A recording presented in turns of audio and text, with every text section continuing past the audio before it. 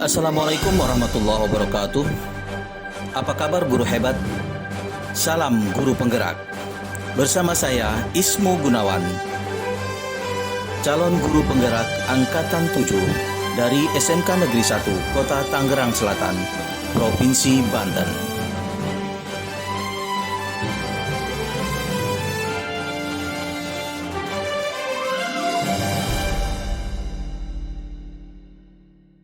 Assalamualaikum warahmatullahi wabarakatuh. Apa kabar guru hebat? Salam guru penggerak.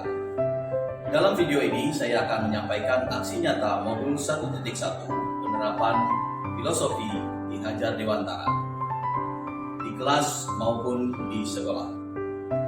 Dalam aksi nyata ini, bahwa dasar pendidikan peserta didik berhubungan dengan kodrat alam dan kodrat zaman. Kodrat alam berkaitan dengan sifat dan bentuk lingkungan di mana peserta didik berada. Sedangkan kodrat zaman berkaitan dengan isi dan irama. Artinya bahwa setiap peserta didik sudah membawa sifat dan atau karakternya masing-masing. Jadi sebagai guru, kita tidak bisa menghapus sifat dasar tadi. Yang bisa dilakukan adalah menunjukkan dan membimbing mereka agar memiliki sifat baiknya, sehingga menutupi, mengaburkan sifat-sifat jelek. Perlu saya garis bawahi, kodrat zaman bisa diartikan bahwa kita sebagai guru harus membekali keterampilan kepada peserta didik sesuai zamannya, agar mereka bisa hidup, berkarya, dan menyesuaikan diri. Dalam konteks pembelajaran sekarang, tentunya kita harus bekali peserta didik dengan kecakapan abad 21. Guru harus mengajar secara kontekstual dengan menjadikan lingkungan dan memanfaatkan media yang berkaitan dengan konteks hidup peserta didik. Jika pendidik tidak siapkan peserta didik dengan kodrat zaman, mereka tidak akan bisa hidup beradaptasi dengan zamannya.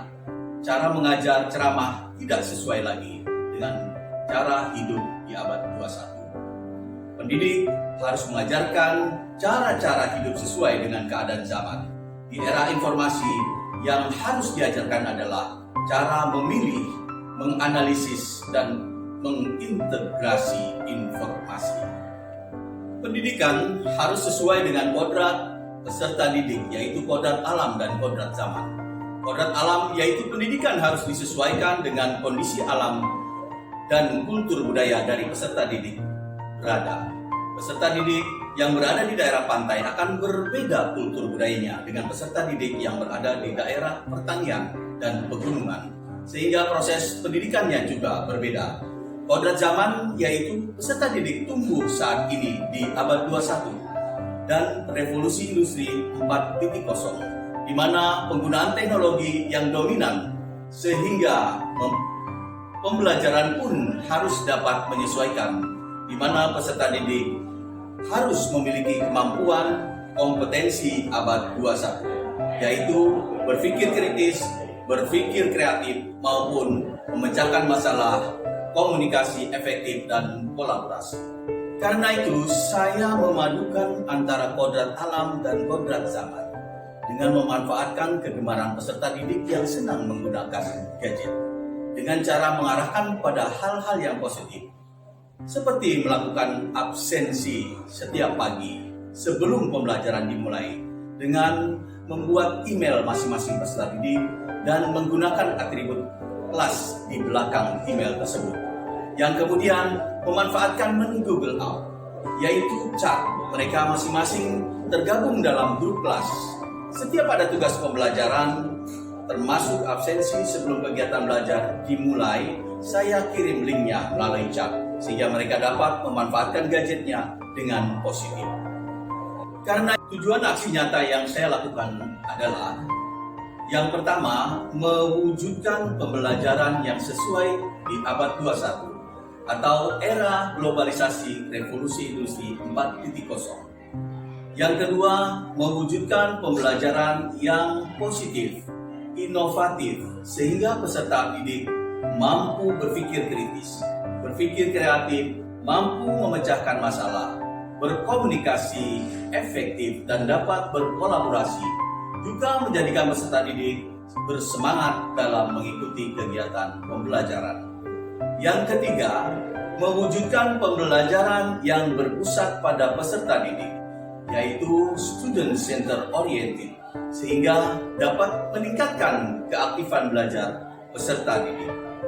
Langkah-langkah yang saya lakukan dalam melakukan aksi nyata ini adalah yang pertama, persiapan.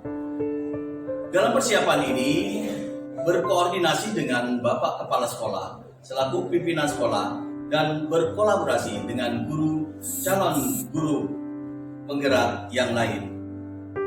Kemudian menyusun perangkat pembelajaran yang inovatif dengan model pembelajaran problem-based learning, menggunakan model pembelajaran yang berpusat pada peserta didik, student center, untuk melakukan suatu investigasi yang mendalam terhadap suatu topik dengan menggunakan gaya belajar audio visual.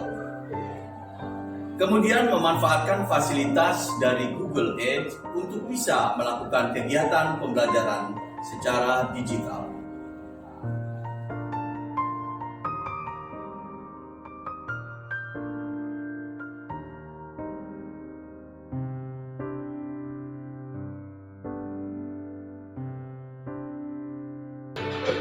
Jadi prosesnya seperti itu. Ternyata itu selain siswa, jadi langsung siswa terus dengan kepala sekolah izin lah ya, izin. Koordinasi sebenarnya. Kalau kepala sekolah itu koordinasi. Nah, kalau izin mah udah ya, udah pasti izinin ya. Izin mah belum datang dulu di. Iya. belum dapat SK aja SK. Assalamualaikum warahmatullahi wabarakatuh. Perkenalkan, saya Sasra Murni, guru proyek IPAS dari SMK Negeri 1 Kota Tangerang Selatan. Selama saya mengenal Pak Ismu Gunawan, beliau adalah seorang sosok guru yang energik, low profile, dan supel. Pak Ismu Gunawan merupakan seorang guru yang menyenangkan dan dalam mengajarnya mudah dipahami oleh anak-anak. Sukses buat Pak Ismu, semangat! Bagaimana proses penerapan aksi nyata ini?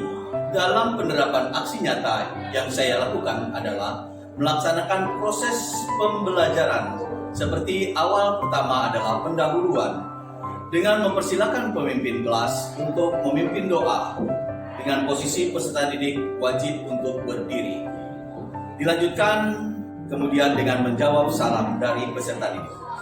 Kemudian menyapa peserta didik dan mempersilakan peserta didik membuka link absensi kehadiran yang dilanjutkan untuk membuat kesepakatan bersama, mengulas materi sebelumnya dan menyampaikan ruang lingkup serta tujuan pembelajaran. Yang kedua adalah inti dari pembelajaran. Inti dari pembelajaran ini memusatkan persoalan yang timbul pada kegiatan belajar mengajar, menyampaikan manfaat dan kegunaan mengapa harus belajar materi ini agar peserta didik termotivasi atau terangsang tentang materi yang akan disampaikan. Bagian ketiga adalah mengorganisasi peserta didik. Sebelum memulai pembelajaran, peserta didik diwajibkan menjawab soal pretest.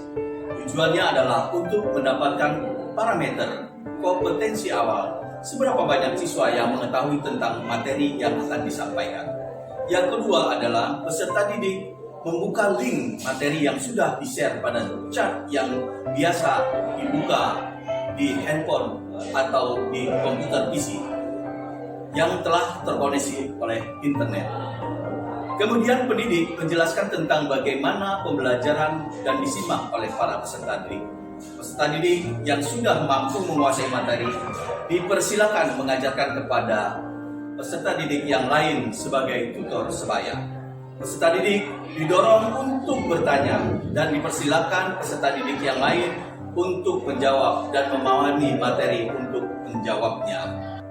Untuk evaluasi, saya lakukan dengan melakukan post-test. Siswa menjawab soal yang diberikan untuk mengetahui dan mengukur tingkat pemahaman peserta, keberhasilan penyampaian materi, apakah siswa menyerap pembelajaran yang diberikan dengan baik atau tidak. Membuat soal dengan mengacu pada materi yang baru saja diberikan dengan model soal yang membuat siswa senang untuk menjawabnya. Bisa dibuat dengan menggunakan quiz, Google Form, bisa juga dengan yang berbayar, yaitu tes MOS atau Propof dan Kuya.